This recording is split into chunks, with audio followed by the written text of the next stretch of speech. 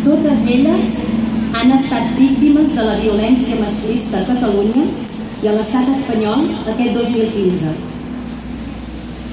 Avui som aquí per dir prou, per a desitjar plegades que algun dia no haguem de marcar al calendari una jornada per a l'eliminació de la violència envers les dones, per a desitjar que algun dia puguem celebrar plegades que els maltractaments i qualsevol tipus de violència, el tràfic de persones, la prostitució, els treballs forçats i les pràctiques tradicionals perjudicials ja no siguin una xacra social, per a desitjar que algun dia les espelmes que avui encendrem tinguin un altre simbolisme.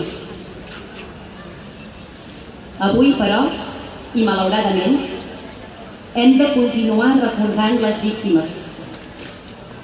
Aquestes dones que ens han deixat com a conseqüència de la violència més traïdora i covarda, la que prové d'algú que, suposadament, i només suposadament, t'estima. És per això que ens tornem a trobar en aquesta plaça, coincidint amb l'aniversari de l'assassinat, el 1960, de les germanes Mirabal a la República Dominicana. Una data designada per Nacions Unides i que vol recordar que els drets de les dones són també drets humans que cal defensar i reivindicar. I com diu la frase que ens ha acompanyat en diverses campanyes els darrers dies, ens volem vives. No volem que aquesta violència quedi silenciada.